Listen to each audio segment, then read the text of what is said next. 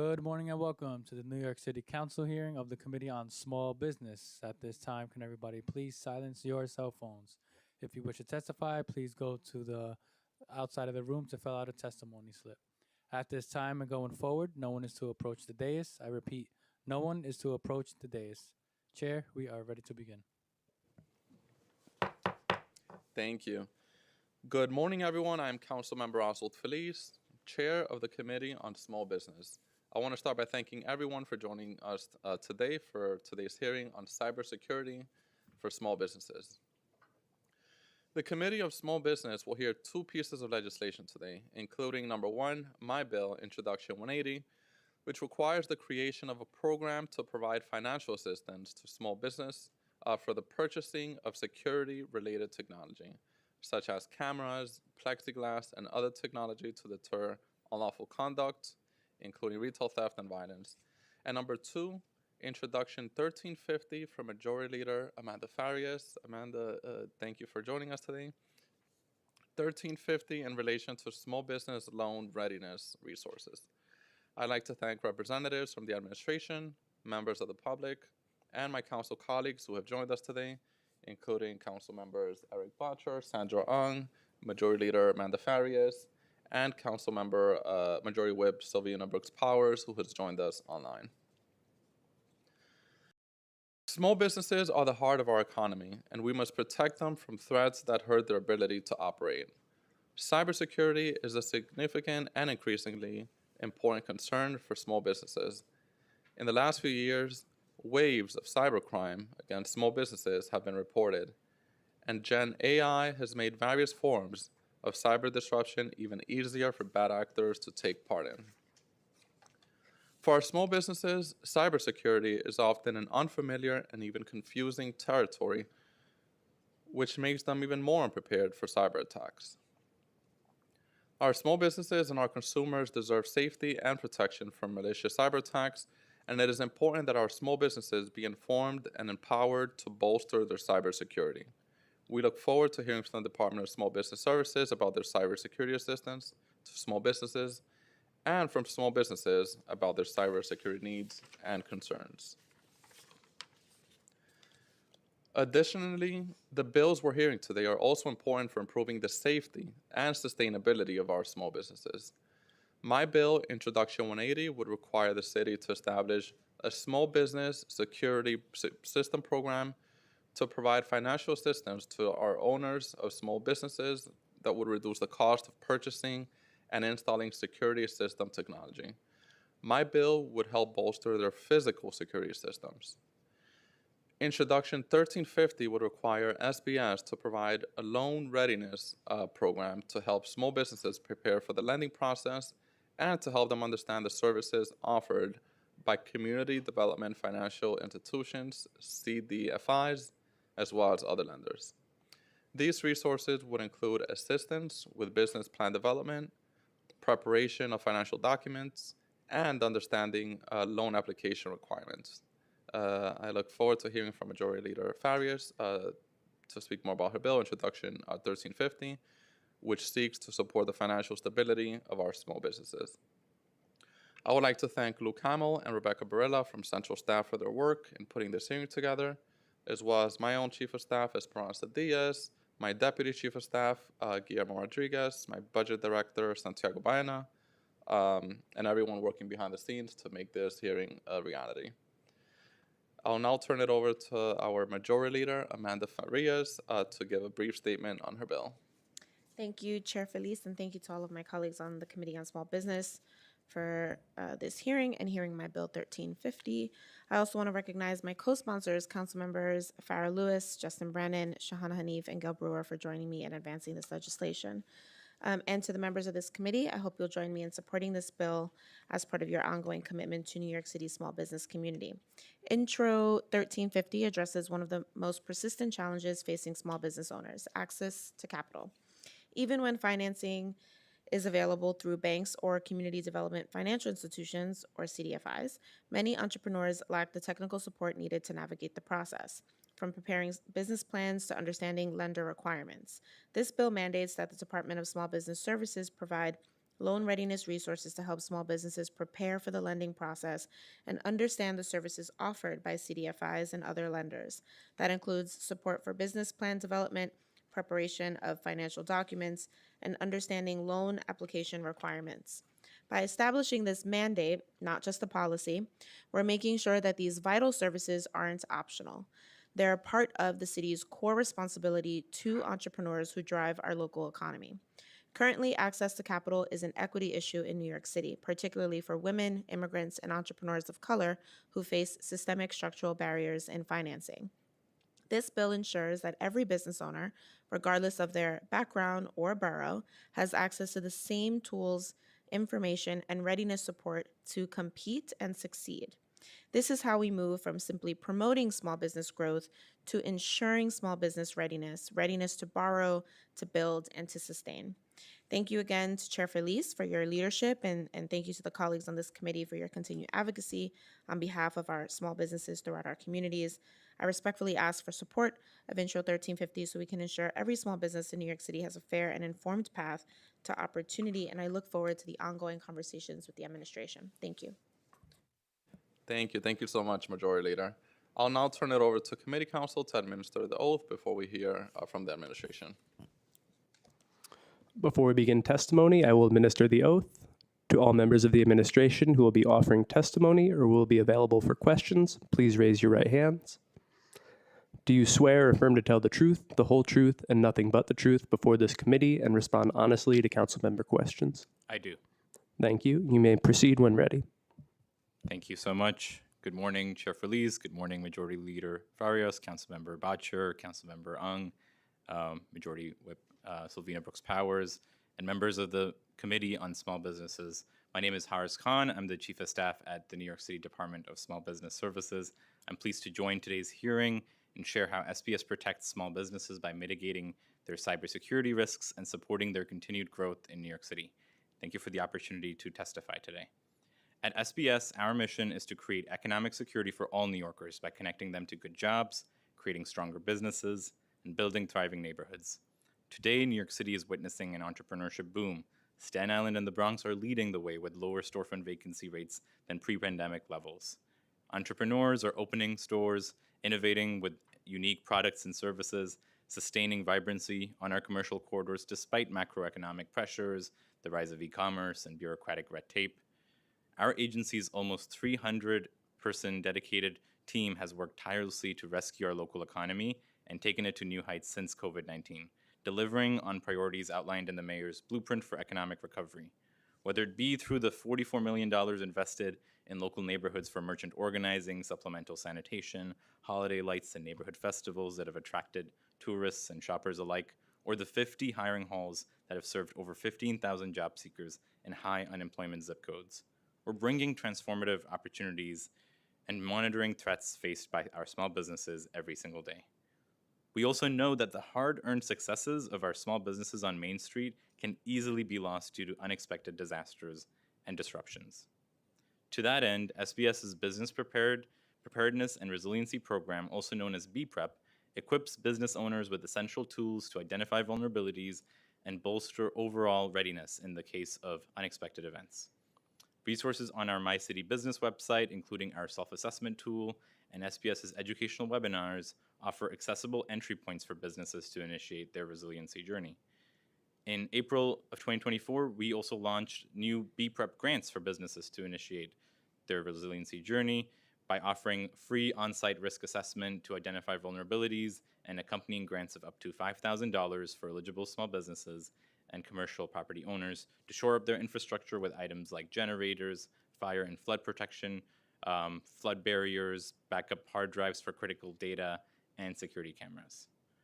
Our preparedness curriculum is specifically designed to incorporate guidance on cybersecurity.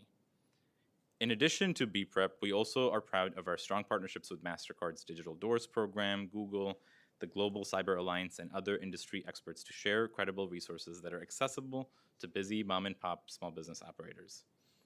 Over the past 4 years, we've educated over 1,000 New Yorkers on the importance of cybersecurity and have featured the topic at our 2024 and 2025 New York City Small Business Month Expo. Our expos are the city's largest free events for small businesses with over 3,000 attendees, with 130 plus resources, 15 workshops, more than 40 city, state, and federal agencies, as well as other private sector partners. And this month, in honor of National Cybersecurity Awareness Month, we're working with the New York City Office of Technology and Innovation to refresh our materials and conduct further outreach on cybersecurity resources for small businesses. We're also planning a follow-up event this year, building on our May 28th in-person event that was focused on digital literacy, cybersecurity, and artificial intelligence.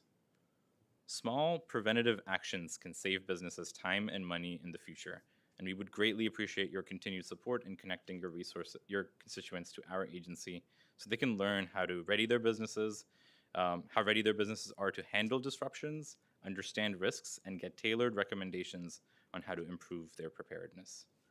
Now I would like to turn to the two bills being heard today. Intro 180, sponsored by Chair Feliz, would require the Department of Small Business Services or another agency designated by the mayor to establish a financial assistance program for small businesses purchasing security system technology. We appreciate Chair Feliz's continued attention to the issue of retail theft, which has affected small businesses across the 5 boroughs. Following the pandemic, SPS worked closely with City Hall, local district attorneys, and the New York Police Department to better understand and elevate concerns around retail theft. SPS helped encourage the creation of the Mayor's Retail Theft Task Force and contributed to the recommendations featured in its inaugural report. Since then, the administration has piloted several new initiatives, and NYPD reports that retail theft has decreased by 10% since 2023.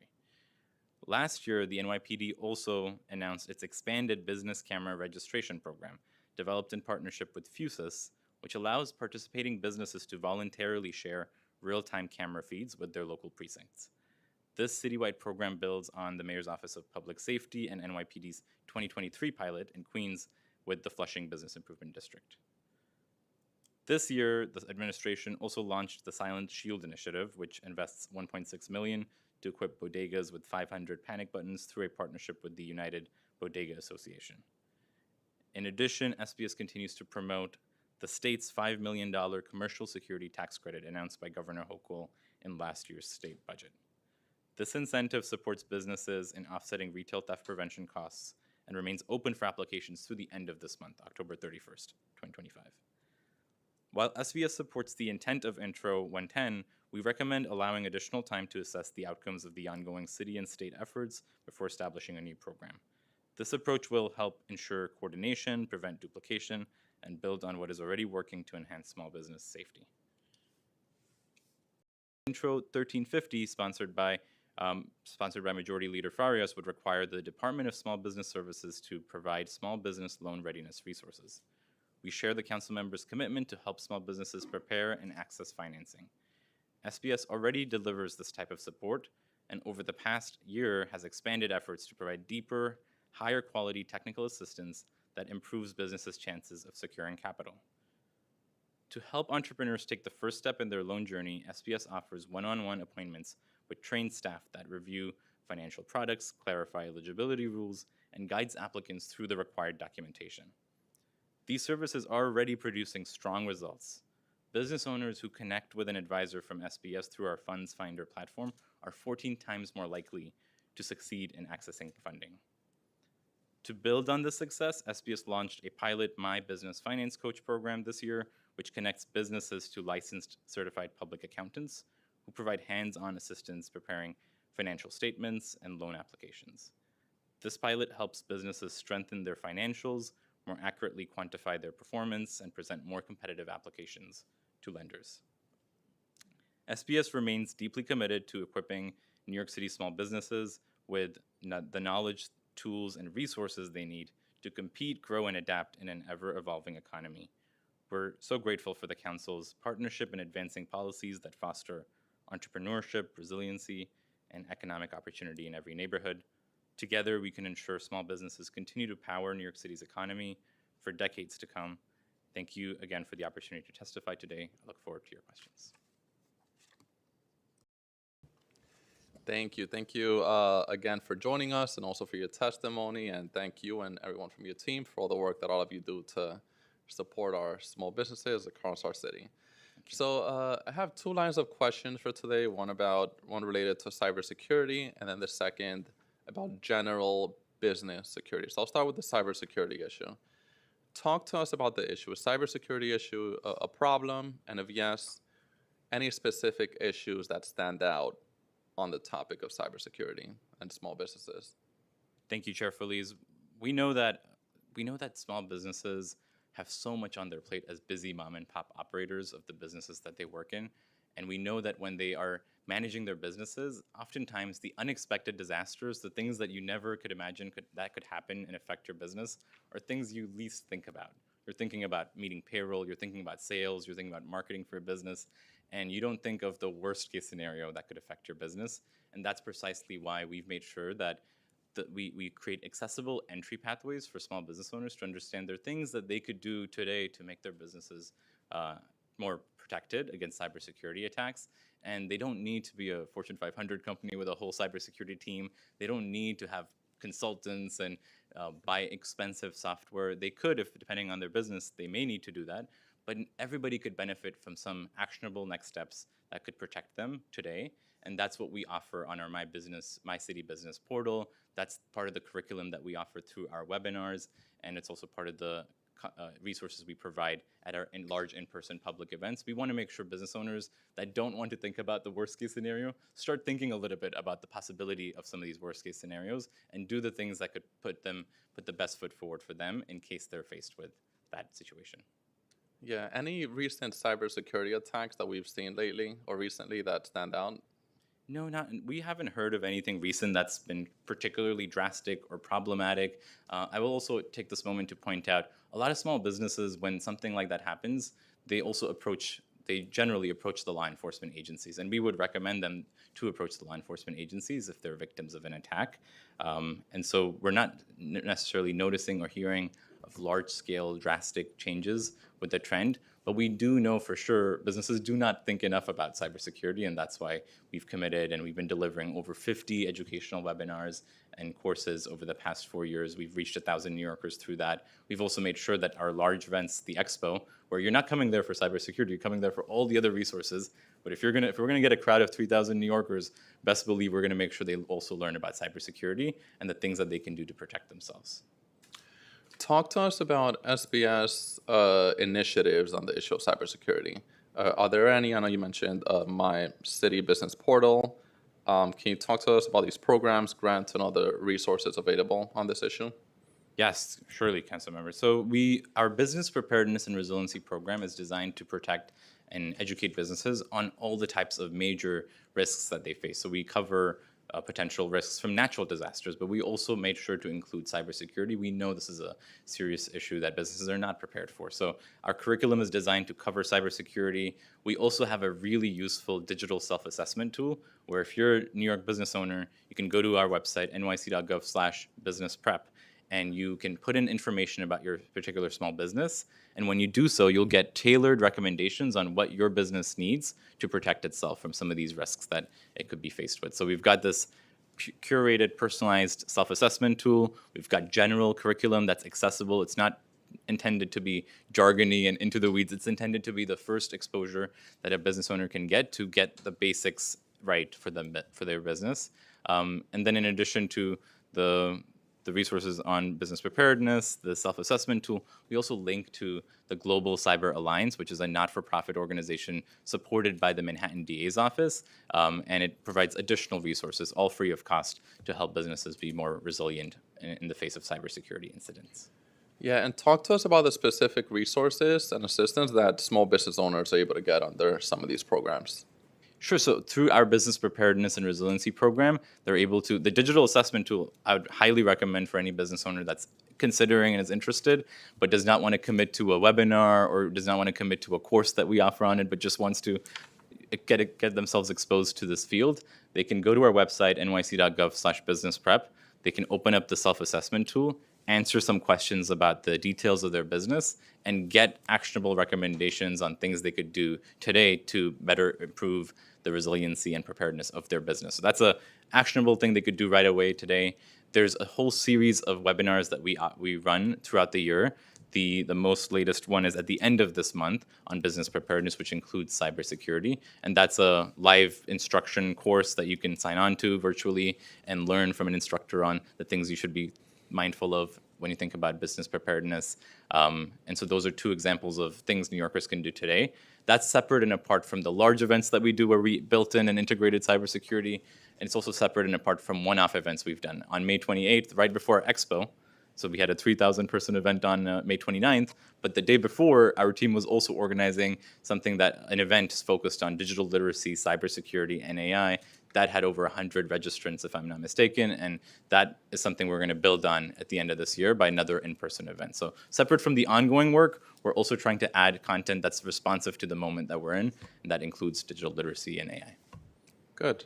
Has SBS conducted any surveys to determine whether small businesses are concerned or prepared for cybersecurity incidents and problems? Yeah, so when it comes to the concerns that we often hear from small businesses, it really goes right to Majority Leader Fares' point that capital access continues to be something that holds back a lot of small business owners from the growth potential that they have in New York City, but also nationally.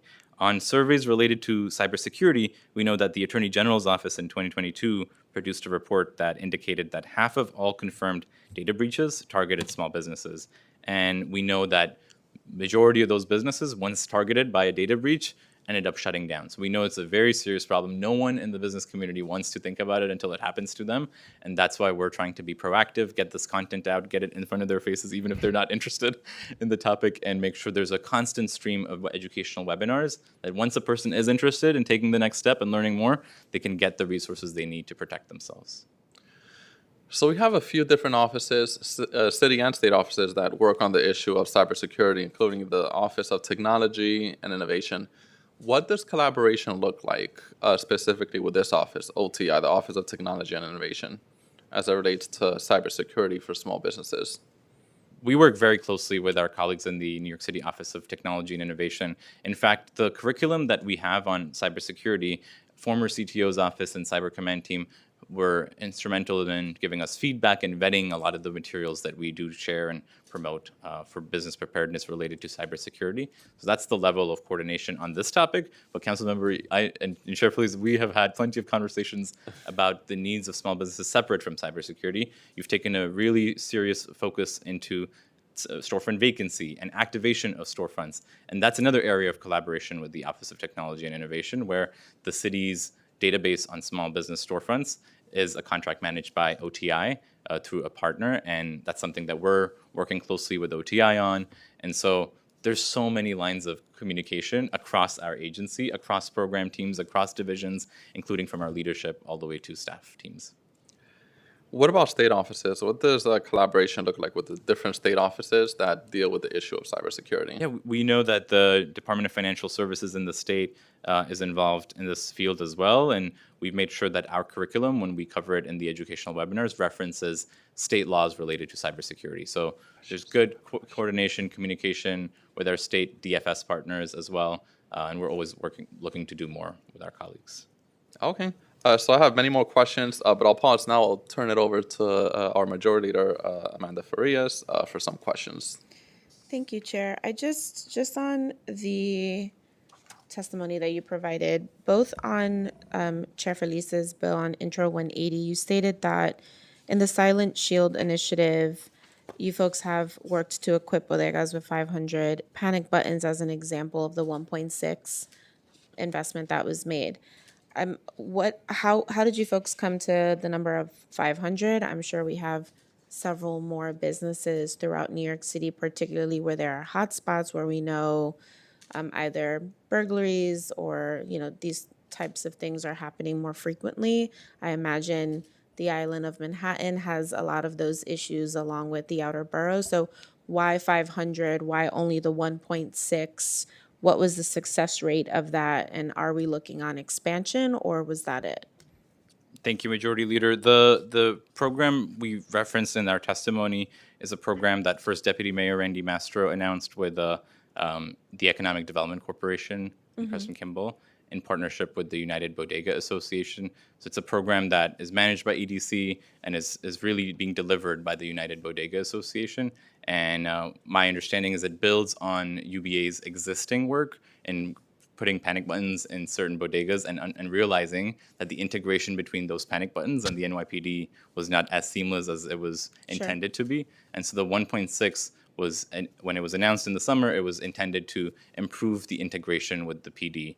But it's a program managed by EDC, and we would defer to EDC on the status. I'm sure it's early days in the procurement of that program, but it is one example of an initiative that the city has taken to address retail theft. Okay, Chair Felice and I can do that since I chair the Committee on Economic Development. We'll follow up with them together. And then just some questions on my bill, Intro 1350.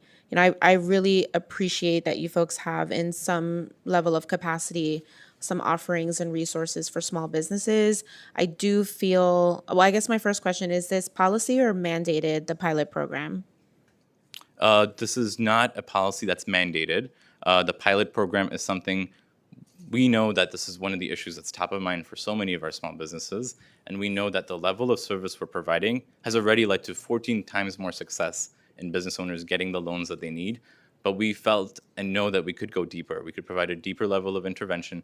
So this year we have the capacity and the ability to deliver this pilot. We're looking forward to seeing the outcomes of it. It's promising right now. Okay. And at the end of the year, we'll be able to understand whether it's worth expanding, keeping. So it's a year-long pilot? It's a year-long and pilot. Is that from top of the, like from January to December, or was it month to what It's month? the end of the upcoming fiscal year that we're in. Okay. So by the summer of 26, we should have a sense of how many businesses benefited from it, whether it led to a significant difference. We already are hearing, though, that it is leading to better competitive applications, because you can imagine businesses, it's hard to have a CPA on hand helping you improve your financial documents that the underwriting teams are looking at very carefully. So it's already a really exciting pilot, and we're looking forward to seeing what comes out of it at the end of this calendar year. Yeah, and so with the pilot, this is a one-to-one, correct? This is like appointment.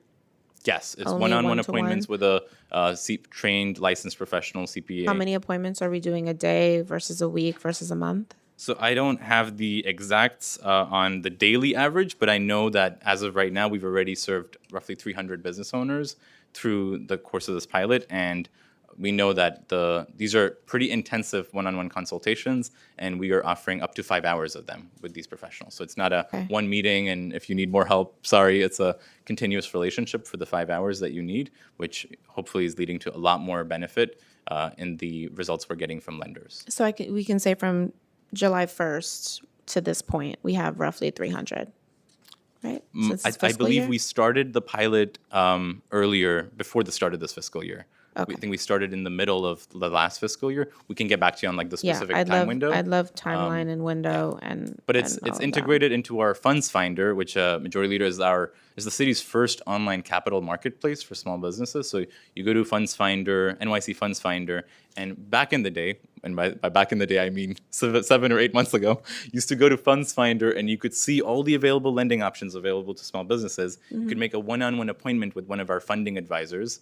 What's different now, and when you go to the website today, is now you also have the option of making that My Finance Business Coach appointments on Funds Finder. So everything is integrated into the same platform, and it's really exciting. It's really exciting times for us. That's great. The only last follow-up I have, so I appreciate hearing about the Funds Finder platform, the integration, streamlining of it. You referenced strong results and that the platform has 14 times more likely access to finding funding successfully.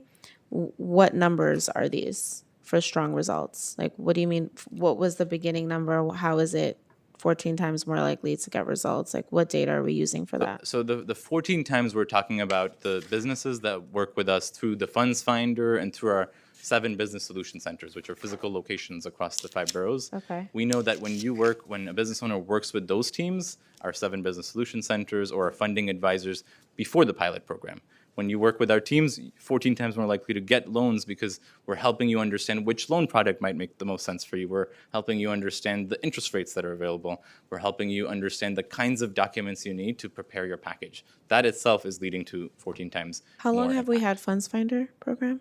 We launched the program in the September of 2023, and since then we've had over 6,000 businesses create accounts on our website, and over 1,200 have scheduled one-on-one appointments. Okay, so this is a good data set. All right.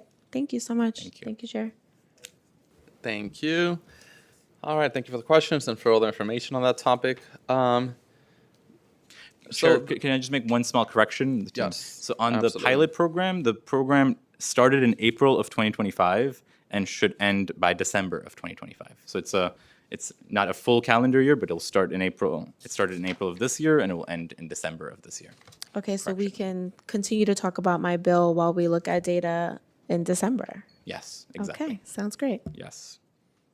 All right, thank you. The pandemic forced many small businesses to move online, and the online landscape remains active for small businesses. How has SPS worked with these new online businesses to help them survive in the world of online marketing and et cetera? Thank you, Chair Feliz. This is a topic that has, as you've mentioned, the rise of e-commerce has been unprecedented and really kick-started, jump-started, boosted by the COVID-19 pandemic. And so in the pandemic, when we started seeing this crazy trend, right, of e-commerce being one of the few ways businesses could survive, we worked with Deloitte to publish the New Normal Business Adaptation Playbook, which had guidance for business owners on how to adapt their business practices so they could survive in the new normal economy where a lot of things are moving digitally. We then had a series of webinars focused on that playbook. But separate from that playbook, which was a kind of snapshot moment in time to respond to the emergency that we were all facing, we've since integrated and built up our resources and curriculum related to digitization. So we've got webinars regularly offered through our business solution centers that covers digital marketing. We cover things like search engine optimization, which helps businesses stay relevant when you're making a Google search. And we've also had a partnership with Coursera where we're offering a course on how to start an online business and learn all the things that you need to make that successful. So things like integration with different points of sale system and marketing, you name it. So we've got deep curriculum now focused on online businesses. We've got ongoing stream of courses that respond to various topics related to online businesses. And we also have that adaptation playbook that we released in the pandemic to make sure businesses that maybe we're not thinking about adaptation and digitization start thinking about it, because it is taking over the world and definitely has impacts on a small business that chooses not to participate in the digital economy. Yep, and what are languages that these resources are available in? Our courses are available in multiple languages. It really depends on the course and the curriculum and the providers that we're working with. So it'd be hard to say on average which courses are provided in. As an aggregate, it's hard to say which courses are provided in which language, but we've offered our business education courses in Spanish and Mandarin, in other languages as well whenever need be. Good. So on SPS's YouTube page, there's a webinar specifically geared towards cybersecurity needs of MWBEs. And the caption of the video notes that MWBEs are typically the most common targets of scammers and digital thieves. Has SPS continued creating webinars like this for cybersecurity? And if yes, how popular have they been? What's outreach like, viewership like for these webinars? Yeah, sure. We have done over 50 webinars focused on business preparedness, including cybersecurity, and 11 of them specifically focused on cybersecurity, period. And across all of these webinars and courses that we've put together and some of the in-person events, we've reached over 1,000 New Yorkers.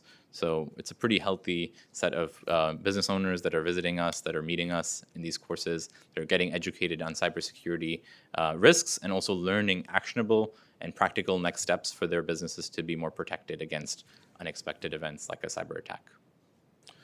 What types of businesses would you say are most vulnerable for cybersecurity attacks? And also why? Why do we think these are vulnerable compared to other businesses? It really depends, council member, because each business is going to have a very different level of digital services that it's leveraging. Some businesses may have a digital point of sale, some businesses may not. Some businesses might be storing a lot of customer data, some businesses may not. Some businesses' business model might require them to have data about their products and services that are proprietary. So it really varies so much on the type of business, the industry that they're in. And so that's why we encourage business owners to go to our website and visit our self-assessment tool enter information about their business and get some actionable next steps that they can take on themselves to better prepare themselves from an attack. Does the SBS generally recommend cyber insurance for small businesses? And also, do you have any data on how many businesses have or don't have cyber insurance? I think cyber insurance, related to the last question, it's hard to recommend specific products or services that a business owner may want to purchase to protect their businesses. There's a robust market out there. There's a lot of competition in this industry. But what we know is businesses today can take some steps right now that don't require a product or service, that just requires some effort and some time to make sure their businesses are protected. So that's what we offer through our business preparedness curriculum and our webinars. And we know that when it comes to cybersecurity, there is no one size fits all, and it really varies depending on the business and the type of data that they're storing and the type of work that they're doing. Does SBS engage in any targeted outreach specific to cybersecurity? So we engaged, and we definitely do promote cybersecurity and our business preparedness resources as a standalone. So we'll go into some neighborhoods, we'll door knock, we'll meet small business owners, and we'll tell them we've got this business preparedness toolkit, we've got this digital assessment tool that you could take today, and we've got webinars and materials that could benefit you in preparing your business against the unexpected. So we've definitely done campaigns where we send our outreach team and partners out into local neighborhoods, try to get them aware about the resources that we have. Okay. So earlier you mentioned different resources available to small businesses on the issue of cybersecurity, including My City portal. Can you share how often businesses utilize these resources, and also does SBS keep track of these types of metrics? Yes, 100%. We're really proud to share that over 21,000 New Yorkers have visited our business preparedness and resiliency program curriculum and website on our portal, which includes the cybersecurity curriculum. So that's on top of our 1,000 New Yorkers reached through the actual live instruction and live curriculum, and on top of the 3,000 plus events that we've organized, the 2024 Expo and the 2025 Expo, where we featured cybersecurity. Okay. So as we know, SBS has many different partners that assist SBS and also small businesses on different issues, including, a good example is the commercial lease assistance program, when we work with different nonprofits and different partners to help small businesses navigate different legal issues.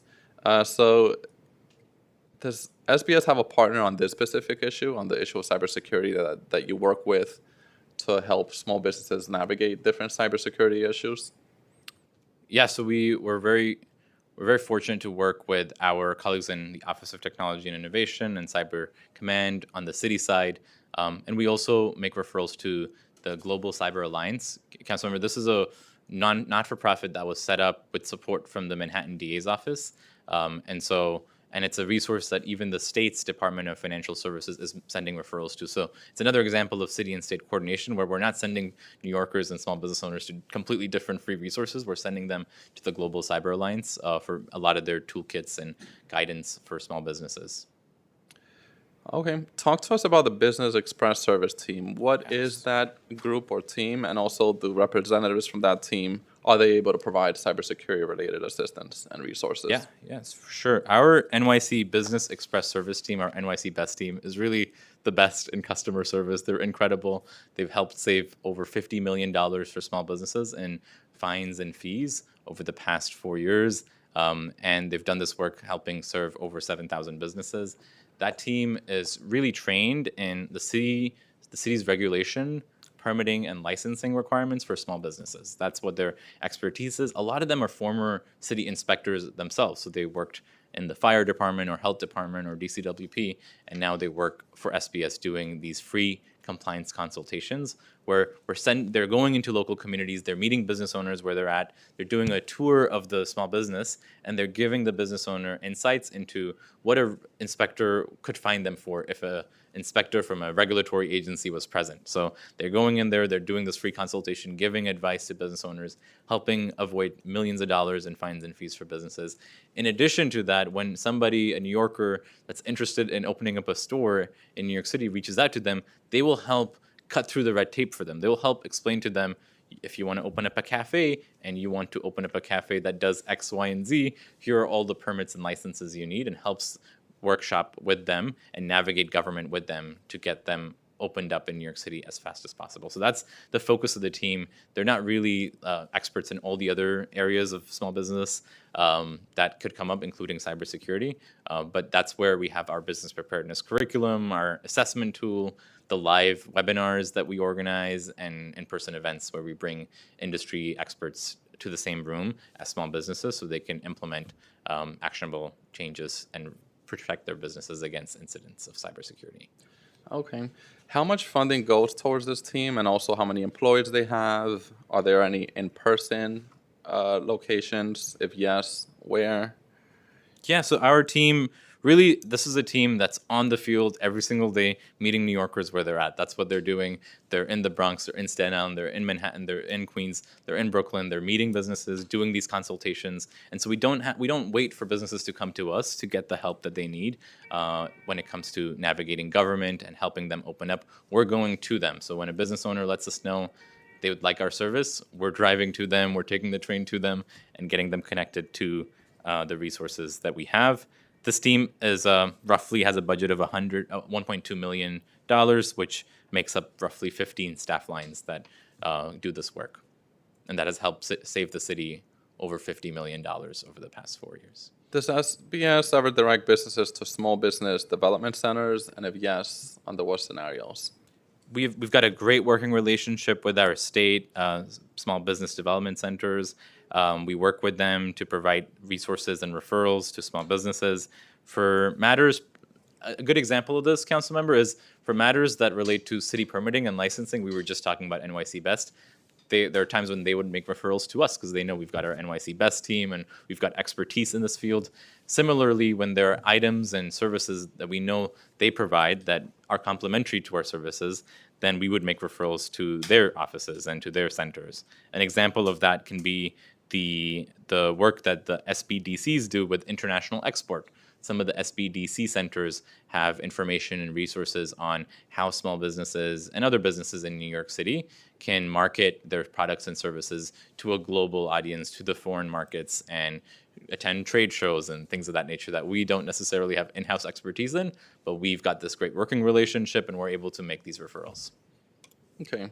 So as we know, more shops are moving to cashless or card-preferred transactions. What resources are available to businesses related to protecting consumers' payment methods and private information? Thank you, Councilmember. We, I think, encourage businesses, similar to the question on cyber insurance and similar to honestly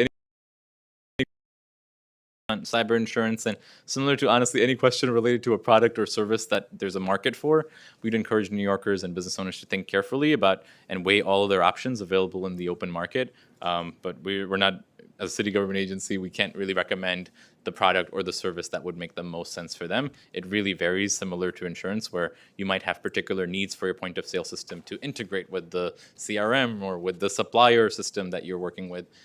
You might just need a very simple point of sale system that just gets the job done in terms of collecting the payment for the service or product you're providing. So it depends. We think it really is something a business owner has to evaluate depending on the business industry they're in, the work they're doing, and the needs that they have. Okay, good. So let's pause on the cybersecurity issue for now. Let's briefly touch on the topic related to general small business security, and specifically my bill, Introduction 180, which will require that the city establish a program wherein we're able to provide financial assistance to small businesses to help them cover security-related costs. For example, alarms, plexiglass for bodegas, security cameras, and a lot more.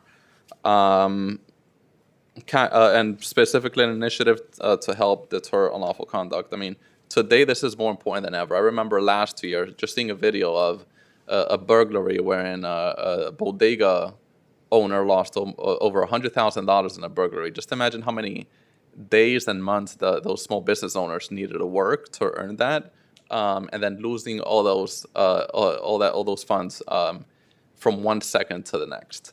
It's really important that we improve the safety for these small businesses, especially bodegas who work day and night to support not only their family, but also their communities.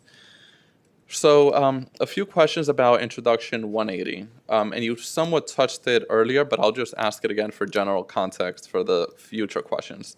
So talk to us about the Silent Shield initiative. What is it? Does SBS know how many bodegas were covered under the initiative, and the panic buttons that the city was able to help? Councilmember, I think in the summer, the administration announced that $1.6 million would be invested in this initiative to support bodegas with installing panic buttons, but also having those panic buttons be integrated and be connected to the NYPD.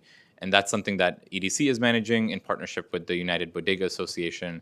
And so we would defer to them on the status of that program and the plans moving forward. Okay, so we're going to briefly pause the hearing. We're having some technology issues, speaking about cybersecurity, but obviously not due to cybersecurity issues. But we're going to pause for a few minutes. Hopefully we could get the Zoom back up soon. So we'll pause. I hope it's not a cybersecurity attack. Not, I doubt it. We've been having technology issues all morning. Yes, thank you.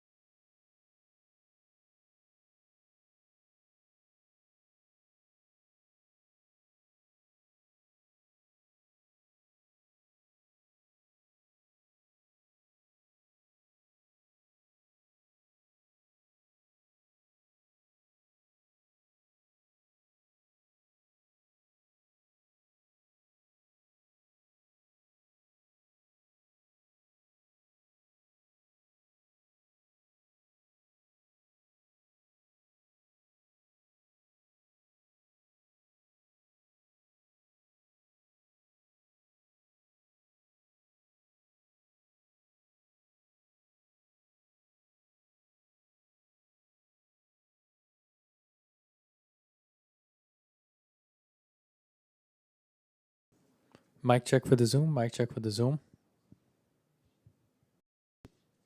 Hi, good afternoon. Can you guys hear me? Yep, we're picking you guys back up. Thank you.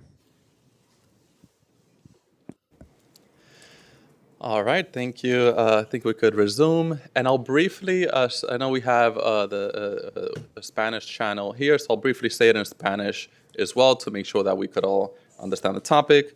Mi ley, Introducción 180, ayudará a nuestros pequeños negocios en el tema de seguridad. Hoy más que nunca es extremadamente importante que nosotros protejamos nuestros pequeños negocios. Me recuerdo el año pasado donde un dueño de bodega perdió más de $100,000 en un robo durante la noche. Mi ley, Introducción 180, ayudará a nuestros pequeños negocios en el tema de seguridad, creando fondos donde la ciudad ayudará a nuestros pequeños negocios para cubrir gastos que tienen que ver con alarmas, también botones de pánico y mucho más para asegurar que nuestros pequeños negocios estén protegidos, no solamente los pequeños negocios, pero también sus trabajadores y también su labor. All right, so going back to the Silent Shield initiative. So talk to us again about what exactly is it. So it has to do with panic buttons, But is the city purchasing the panic buttons, or are they simply allowing small businesses to connect their cameras to the local police department? Thank you, Chair Feliz. I'd recommend, in addition, we'll share the information we have, but I'd recommend also coordinating and connecting with the Economic Development Corporation and United Bodega Association, Francisco Marte. So this is a program that, as we understand it, would help install the panic buttons and also connect them to the New York City Police Department so that response times are faster in bodegas. And it builds on some of the work of the UBA, where they had initially done a round of panic button installations, but it wasn't necessarily integrated with the PD. And so that's the stated goal of the program. And we know that this was just announced in the summer, so it's still early stages in terms of the procurement and installation, and EDC and the UBA might have more information on the current status. Okay, so the program would help them install the panic buttons and also connect them to the local precinct. What about the purchasing of the panic buttons? Is that also a part of the program, or just installing the panic buttons? That's our sense. Our sense is it's installation and integration of the panic buttons at the bodegas. Got it. So not the purchasing of the panic buttons. Yeah, I think it would include purchase, installation. Purchase. And, Okay, yes. cool. Just wanted to. That's our sense, but it's really something that's being managed outside of SBS. So we recommend coordinating and speaking with our colleagues at EDC and the leadership team at the United Bodega Association that's actually involved with the implementation of this program. Okay, and I know many different agencies are involved, including the NYPD and Yes. EDC and others. But based on your conversations with small businesses, what has been the response to this program? So we know, and Councilmember Francisco Marte from the United Bodega Association also serves on SBS's and the city's Latino American Small Business Task Force. And so in conversations with him through our task force, where we're collecting feedback from the Latino community on the business services and programs they need, plus their feedback on the citywide resources we provide and how to make it more curated and accessible to the community. In those conversations, he's shared some promising results from the start of this program, but it's something that the United Bodega Association and EDC would have more information on. Okay, so as we know, security is the general security, not cybersecurity, but general business security is a big issue. I represent District 15, which has some of the busiest corridors, commercial corridors in the entire Bronx, including Fordham Road. And every time I speak to these small businesses, the very first issue that they mention is security.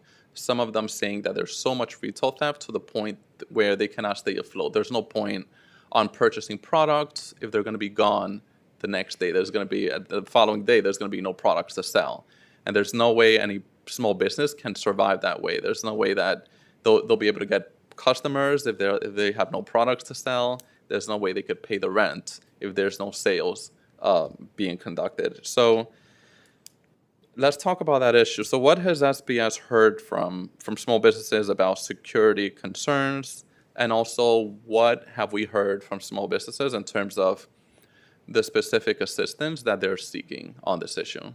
I think, Councilmember, what we're seeing is amidst the pandemic, and in the first several years since the pandemic, 2022, 23, we've seen a huge increase in incidents of retail theft. And we know that so many in the business community were challenged by this issue. It was frustrating for business owners that put their heart and soul and all the money that they have into these enterprises and are trying to make it work in New York City, and to then deal with the setback of retail theft and the impact it could have on the business operations. It's devastating for a small business owner, and that's why our department, from the earliest days of this administration, focused in on this issue, elevated this issue, and tried to understand this better by working with City Hall, but also with the local district attorneys who are prosecuting cases of retail theft. And in doing so, we've now seen several initiatives that the city and the state government has been involved in when it comes to retail theft, and we're noticing double-digit decreases over the past year in retail theft and shoplifting. So we're seeing promising signs. We're seeing that things are going in the right direction, and we know that there's resources out there today that weren't out there in 2022, such as the business camera integration program, where a small business owner that has a security camera system can today choose to voluntarily share real-time access with the NYPD, increasing the PD's availability PD's ability to investigate and close out cases when it comes to retail theft. So things are moving in the right direction, and there's resources out there today that didn't exist in 2022 to support small businesses. And I'll end by adding the New York State's commercial security tax credit is such an example. It's a ability for a business owner, depending on how many employees they have, they can get up to $4,000 or $6,000 in tax credit to purchase plexiglass or security camera, very similar to the kinds of equipment and purchases, Chair Feliz, you're outlining. And this is something that was secured in the last budget of in FY25 and has continued at the state level. And applications are open today for any business owner in New York City that wants to apply for that tax credit. Applications will end on October 31st of this month. Okay, so we have the Silent Shield initiative. What other city initiatives and resources are available to small businesses on the issue of retail theft and general security? Yeah, I think we were very excited to see that the business camera integration program expanded last year. And so it was a pilot program. I wish Councilmember Ung was here because she would have loved to hear that. This started in her district in Flushing with the Flushing Business Improvement District, where the NYPD had enrolled almost 35 businesses in the district to have their cameras integrated and allow NYPD to access them in the case of crime. And so that program has then, since then, last year was expanded citywide. So now businesses throughout New York City can get their cameras integrated, and it directly connects to the issue of retail theft and helps solve cases of retail theft, which can help reduce the incentives for somebody to keep committing them, because now the PD is resourced and has the footage to help close out cases faster. And we know this was an issue that we were hearing in the early days of the pandemic, and we had worked with local district attorneys' offices who have their own camera registration programs. And so we're glad that now there's a citywide approach. It's not just you work in Queens and there's a Queens program, you go to the Bronx and Bronx DA Clark has a Bronx CAMS program. Now there's a citywide NYPD program that everybody can participate into. So it's great to see more and more law enforcement agencies coordinating together on this issue of retail theft. Okay, is there any SBS funding available to help small businesses with security updates? So technology. When businesses apply for our Business Preparedness and Resiliency Grant, which is limited to businesses in the flood zone, when they're eligible for that grant program, they can use the funding that's made available up to $5,000 to do security camera related purchases, because we know that also helps prepare a business and makes them more resilient. So they're able to buy security camera, they're able to buy other material that could help with security for that business, since it kind of falls into the vein of business preparedness and resiliency. And so there is that grant program that's out there. And then we also highly encourage and recommend businesses to take advantage of the tax credit. The state has offered this $4,000 to $6,000 tax credit, depending on how big your business is. So that should be something that businesses consider right away if they're thinking of making purchases this fiscal year for plexiglass, for security cameras. They should also consider applying to the state tax credit. Have we seen small businesses take advantage of the readiness program and use it specifically to purchase security-related technology? Yes, I can think of already several businesses that use the Business Preparedness and Resiliency Grant Program and use the funding they secured from that grant program to purchase security cameras and other related equipment. And Councilmember, this grant program is unique in that it's not just you apply and you get the grant. You apply, and then we do an on-site free risk assessment. So we're sending a professional to go to your business, examine the business, and come up with curated recommendations for that business. So it's not, reimbursable grant, do whatever you want to do with the funding. It's let's come in there, let's look at the case of your business, and let's try to identify specifically what we think would be the best investment for your business to be more secure. And then in the case of that, if they choose to identify cyber security cameras, that's what the funding could be used for from the grant. Okay.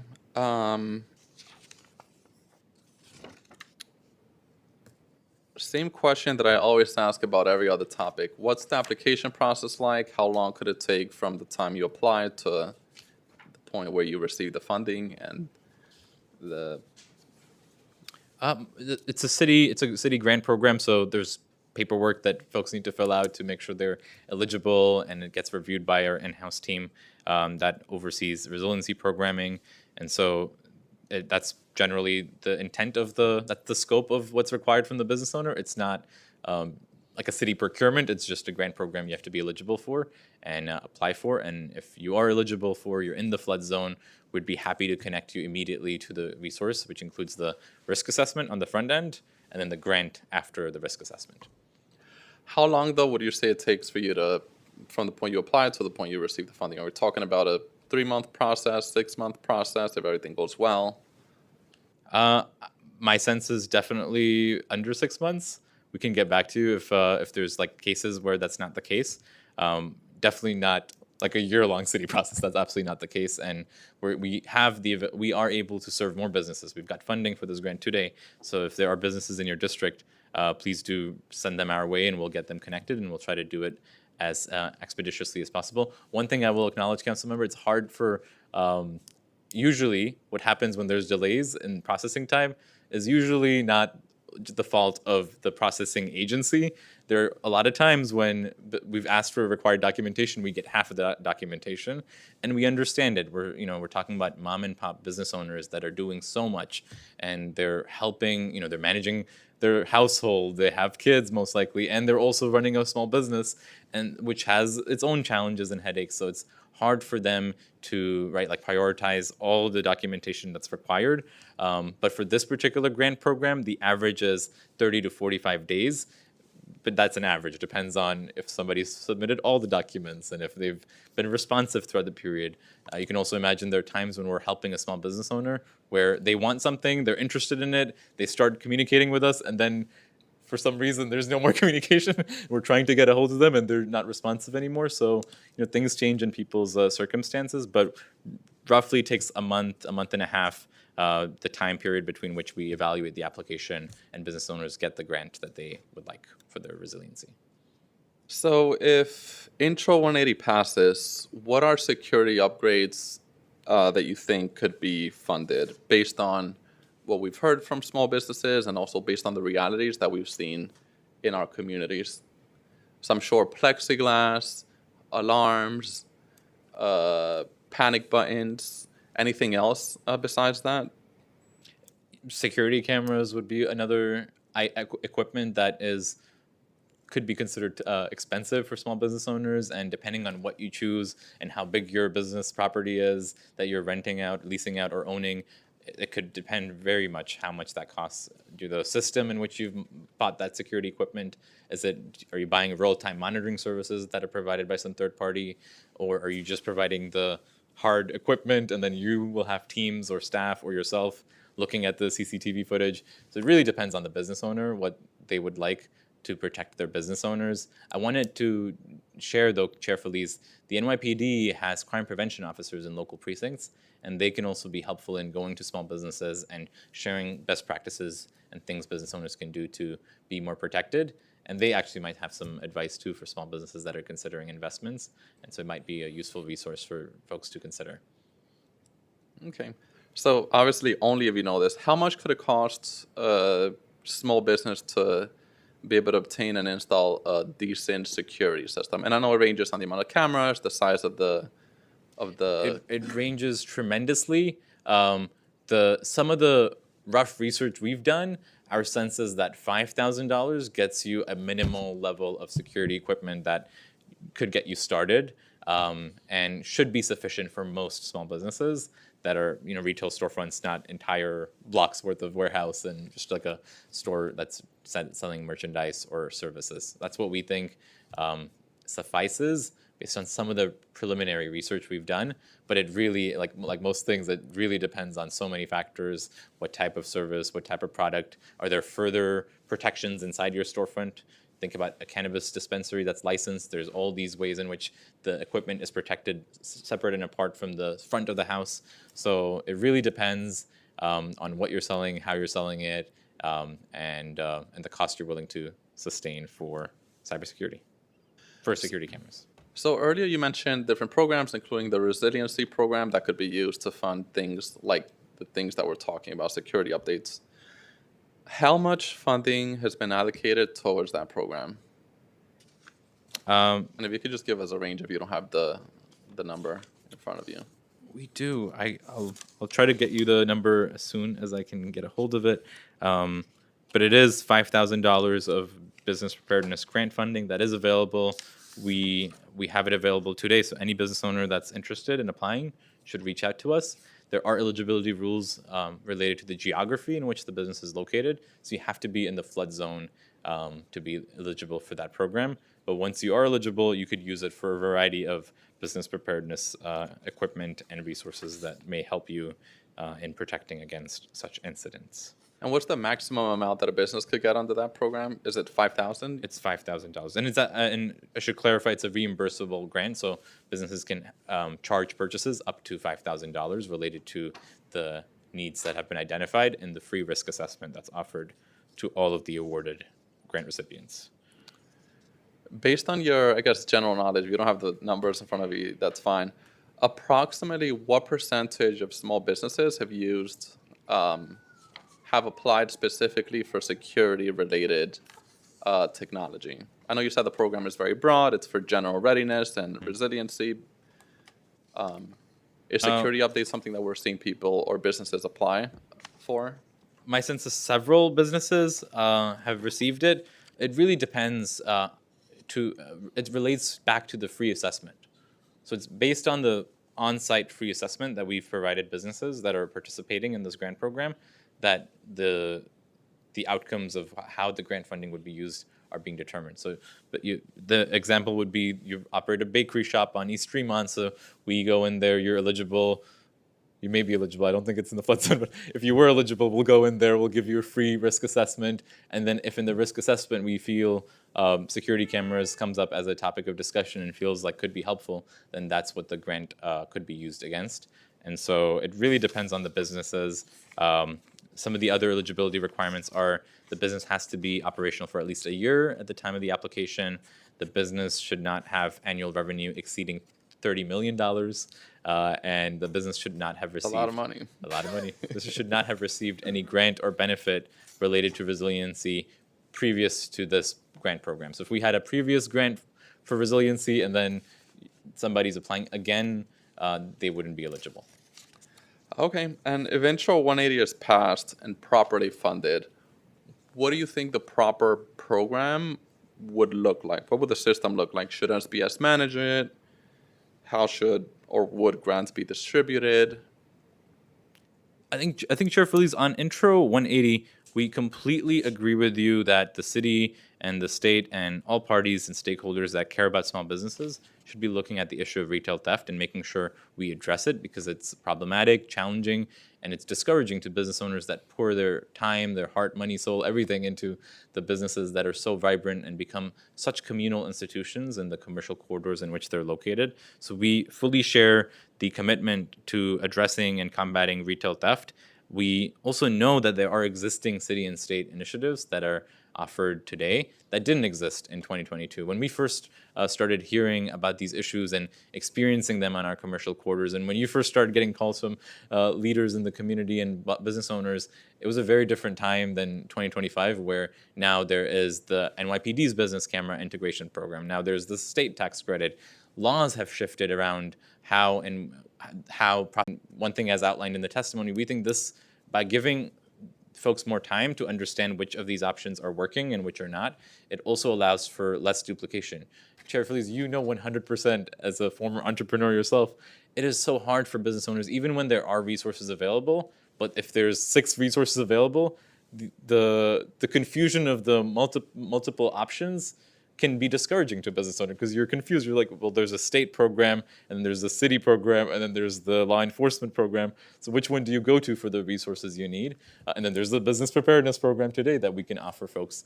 And so that's precisely why we think we should allow more time to understand the outcomes of some of these programs, and then figure out which one of these could be scalable or amended or tweaked, rather than creating another round of programming that may add to, ultimately, confusion for a business owner that just needs an accessible pathway to getting the help they need when it comes to retail theft.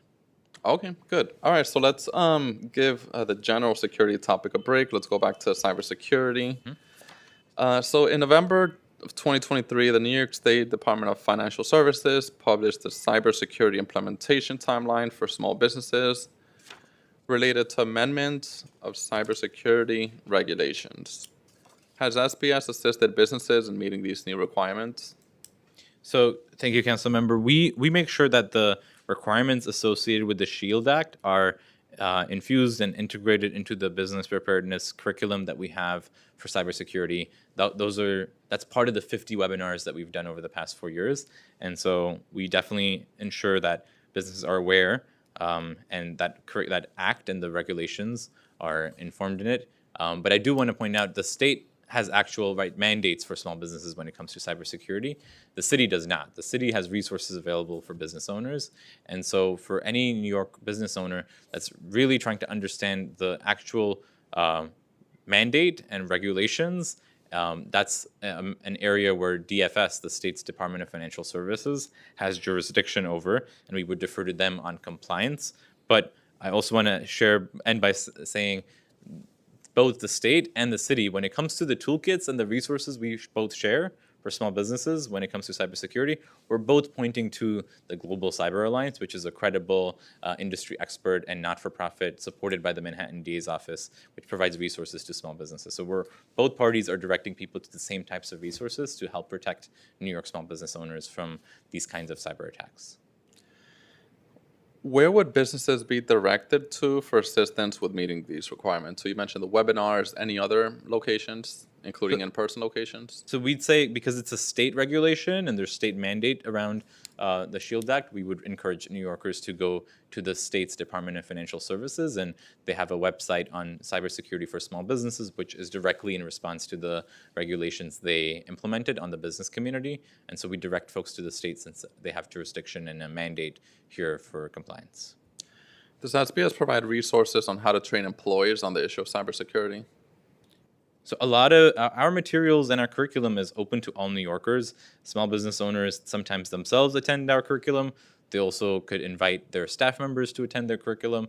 Some of our material is really focused on particular aspects of business operations. So there's a course on QuickBooks. There's a course on digital marketing, on email marketing.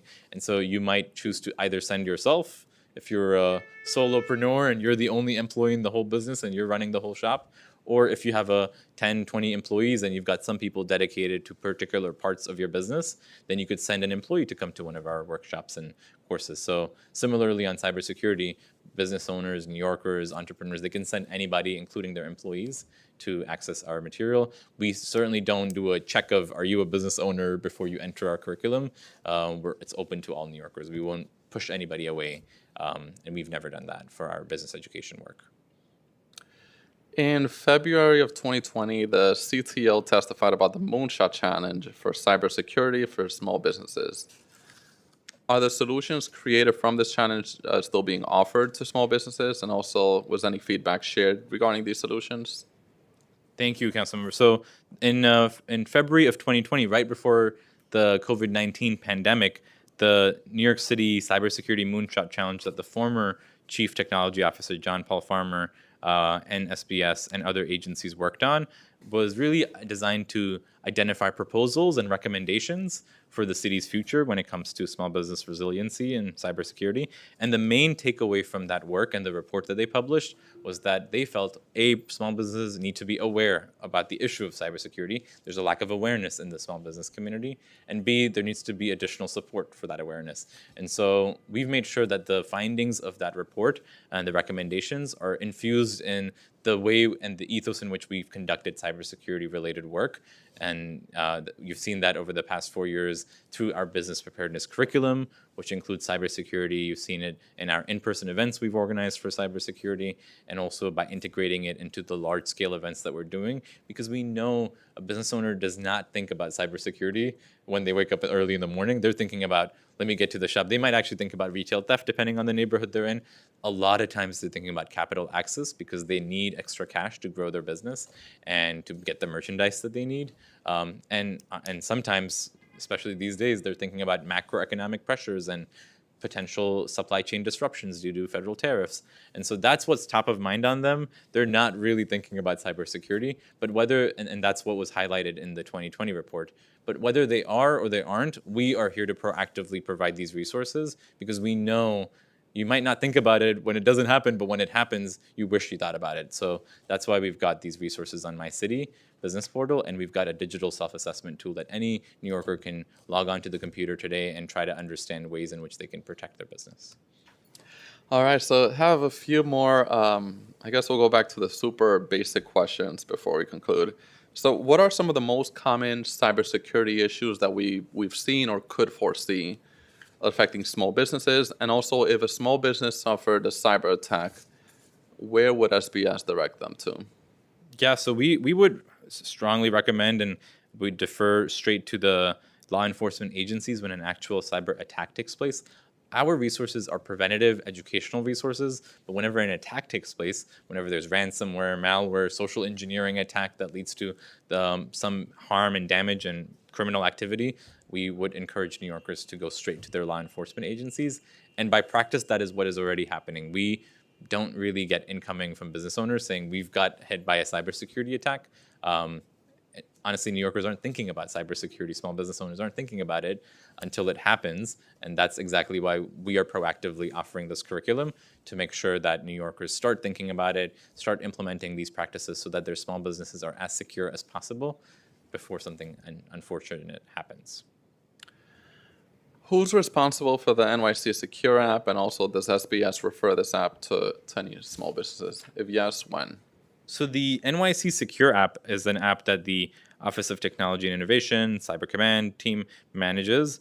This is an app that's designed to alert a phone user when they're connected to an unsecure Wi-Fi network, or if they have unsafe apps. And so the biggest, I think the easiest way to describe this app is, Council Chair Feliz, you're in your district, but you've gone to a part of your district that you don't usually go to, and you suddenly realize that your colleagues are calling you into a meeting, or you need to speak with your team members, and you decide to connect to a public Wi-Fi network that you don't usually use. It's not the council Wi-Fi, it's not your home office, it's not your home internet connection. And so the New York City Secure app for any New Yorker is helpful in understanding whether your internet connectivity is secure. It really is a resource for all New Yorkers who are just going about their day and about to access internet from a public source. That's separate from the kinds of ways in which small businesses leverage and need cybersecurity protection. You can imagine our small business community and our small business owners are not really going around town to different coffee shops during the day. They're really trying to make sure their business stays afloat. They're growing their business. They're working 10 different jobs in that business, and they're making our city proud by investing in our commercial quarters. They usually have their own Wi-Fi connection. They've usually purchased it for the purposes of operating their business, but also for the clients that they have. So the Secure app may not be necessarily the first thing they should do. The things they should do are some of the things that we recommend in our business preparedness curriculum, which is protecting their data, making sure that there's duplicate and backup hard drives for some of the critical information that they have, and thinking about all the ways in which they can implement actionable, small, preventative steps to protect their business from cybersecurity.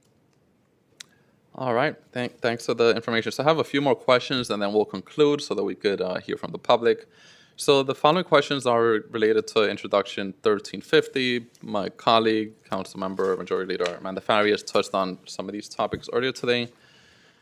So what loan resources are currently available for small business owners?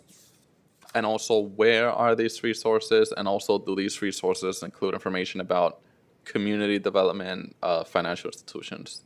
Thank you, Chair Felice. So on information and resources on loans, we offer businesses one-on-one assistance so that they can understand the different financing assistance options available to them, and we help them with the application process. So that means understanding which financial product may make the most sense for them, calculating loan repayment terms, connecting them to the lenders that are available, understanding loan payment deferment options when they're considering these loans, and also they can do this through either our NYC Funds Finder, which is the first online capital marketplace for small businesses, and we're just at the milestone of the 2-year anniversary since we've launched this tool, or they could do it through our 7 business solution centers where New Yorkers can visit. They're located in all 5 boroughs, and if they would not prefer to be on the websites or at our center, they can also call our hotline at 888-SBS for NYC. And that's how we connect folks to financing assistance and loan resources. On CDFIs, we work with a range of CDFI partners, 17 to be precise, and our Funds Finder platform includes the up to more than 40 loan and grant products from these CDFI partners. So it's already integrated into our one-stop shop capital marketplace. That's the Funds Finder, and it's information available to business owners when they reach our business solution centers as well. How does the NYC Funds Finder function? And also, who are the accounting professionals that are connected through the program? What would a follow-up look like? What are services provided through the NYC Funds Finder? And also, how many first-time free appointments could be scheduled? And also, so many questions all into one, right? I'll keep track of all of them, and I'll answer all of them in one go for you. Sounds good. And also, are follow-up appointments also free, or is there a charge for that? And if there's a charge, how much? Sure. So on the function, it's the first of its kind online marketplace for small business lenders. And think of it as a website you can go to, and you can actually go to it right now. When you go to this website, you create an account, and you'll see all the available lending options available to you as a small business owner, with information on who is providing it, and that's the first level of help you can get, which is understanding what's out there. It also allows you to create appointments with a funding advisor. That's a person that can walk you through those steps. So I think we were talking earlier about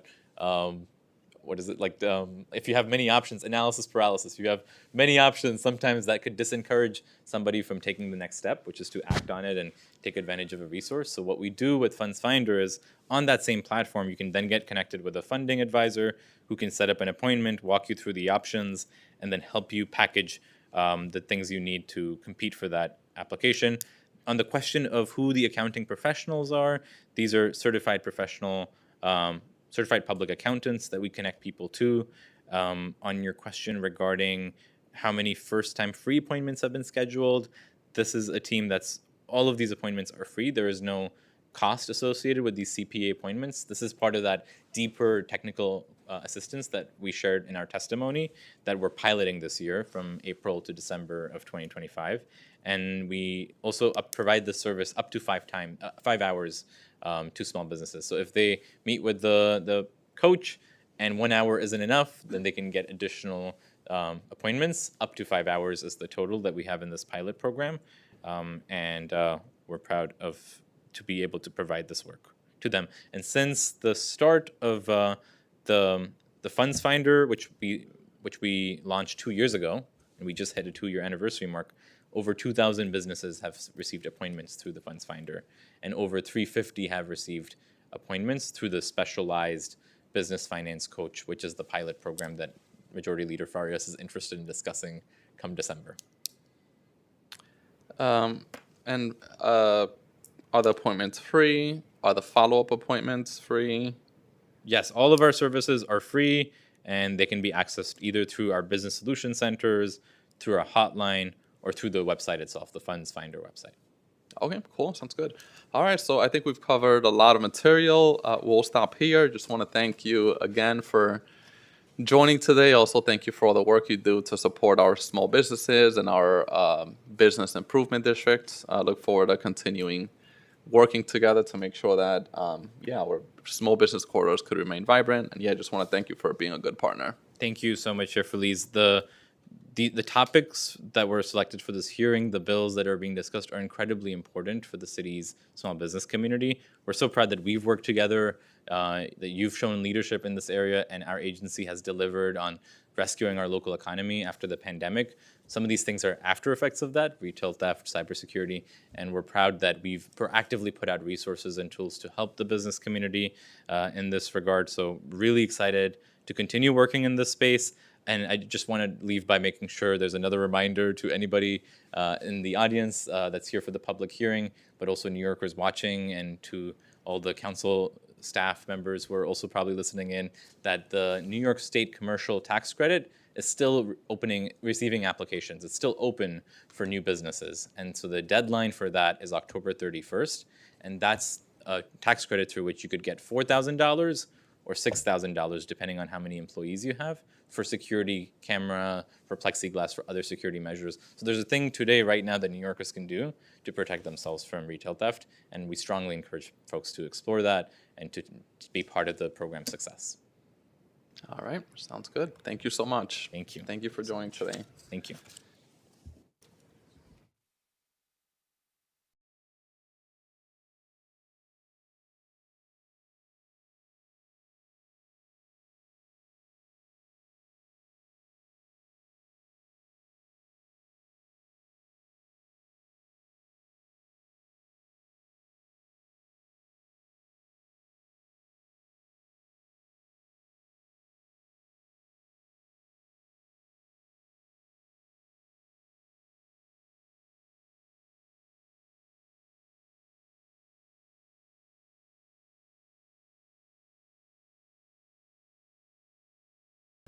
Thank you again. I now open the hearing for public testimony.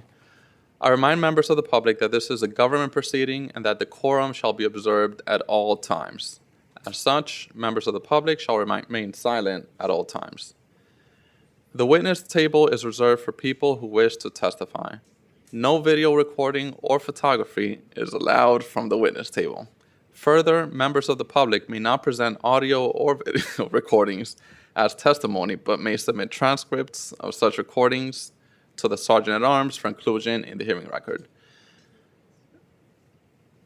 If you wish to testify at today's hearing, please fill out an appearance card with the Sergeant-at-Arms and wait to be recognized. When recognized, you will have 2 minutes to speak on today's topic, cybersecurity for small businesses, or on introductions 180 or 1350. If you have a written statement or additional written testimony you wish to submit for the record, please provide a copy of that testimony to the Sergeant-at-Arms. You may also email written testimony to testimony@council.nyc.gov.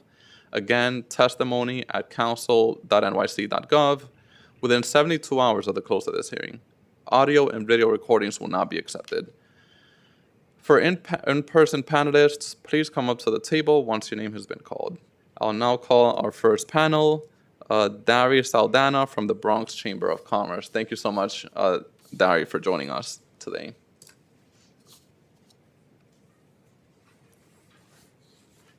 And we don't have that many witnesses, so we'll provide witnesses 3 minutes for the testimony. Thank you. Good afternoon, Chair and members of the Committee on Small Businesses. My name is Dari Saldana, Director of Small Business Development over at the Bronx Chamber, and I'm representing the Bronx Chamber of Commerce. The Bronx Chamber of Commerce is critical in helping local businesses in the Bronx grow, thrive, and remain competitive. Thank you to the Council for continuing to prioritize small business issues, particularly in the outer boroughs. I'm here today to show the Chamber's full support for Intro 180 and Intro 1350. Intro 180 proposes establishing a program to provide financial assistance to small retail businesses for the purchase of security system technology. Security equipment can get pricey, especially for mom and pop shops already running on a tight margin. This program would help cover some of the costs, making it easier for small businesses to afford the kind of protection they need. To be clear, the panic buttons and cameras just don't protect merchandise. They help employees and customers feel safer, which can make people more comfortable shopping locally. With the issue of retail theft rising across the city, small stores are often the ones taking the biggest hit. Giving them access to better security systems can help deter crime and prevent the kinds of losses that would force a business to close their doors. Intro 1350 tackles one of their biggest barriers to grow from small businesses, which is access to capital. Many small business owners, especially newer ones or those who, without formal financial training, struggle to navigate the loan application process. By requiring SBS to provide loan readiness resources, the bills give entrepreneurs practical tools that they need to become loan ready. This legislation especially could be helpful to immigrant owners and own businesses that have historically been overlooked by traditional lenders. We look forward to working with the Council to continue improving the environment for small businesses. The Chamber fully supports Intro 180 and 1350 and urges you to move forward with these critical bills. Thank you for your time. Thank you. Thank you so much for the testimony and for all the work you do in the Bronx to support our small businesses. So a few questions, and you've somewhat touched on some of them. So what are some of the cybersecurity or general security needs of small businesses that you've worked with in the Bronx? And also, what are some potential tools that you think would be helpful on these issues? So speaking from firsthand experience, running and overseeing the Small Business Resource Network at the Chamber, especially in your district along with the other council districts, the things that they have the issue is access to the capital in order to get the equipment that they need for the cameras or the panic buttons. Oftentimes when I go into these businesses, they are talking about the same things we've heard here today. People are coming into the businesses and they're leaving with merchandise without them knowing. Oftentimes they feel that the police aren't quick enough to respond to them and they they themselves are in fear of contacting 911 when something is happening. Okay. And what are some potential tools that you've seen small businesses ask for? For example, I'm sure cameras is one of them. So some of them that I've been asking for are, in one case, we had a business owner on Fordham Road asking if we could help them get access to new detectors because they feel that some of them are dated and it's hard to find a company that can provide them such the detectors that allow them to read whoever's coming in and out of stuff. That's one thing that maybe could be utilized. Maybe the second one that was brought to our attention is maybe a software where they can use an app.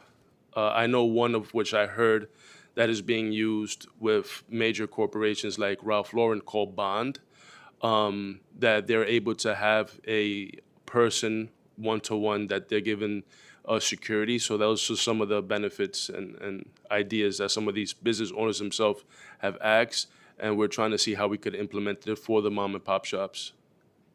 Okay, so the detectors, as in like the facial recognition for people that we know are causing havoc. Oftentimes they're just relying on their own CCTV to get like facial recognition, like just repeated offenders. But more so, like, when you're stealing, well, not you, but when there's active people in the community that are stealing from these businesses, there are those detectors that buzz in and out the store. So some of them are dated, and they often say that maybe the person isn't stealing and they're just coming in from another store with something that they already purchased, but it's just triggering as an alarm. Got it. Okay, cool. Sounds good. All right. Well, yeah. Thank you so much. Thank you for joining us today. Thank you for having us today. Thank you.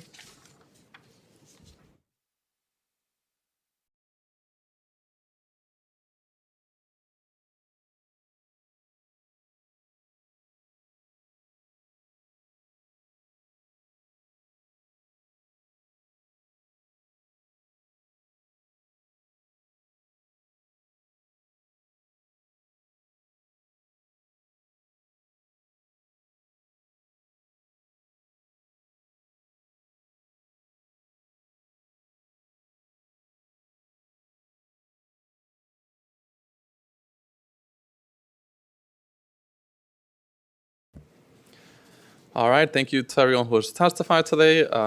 We were going to turn into virtual panelists, but we don't have anyone who has signed up and present.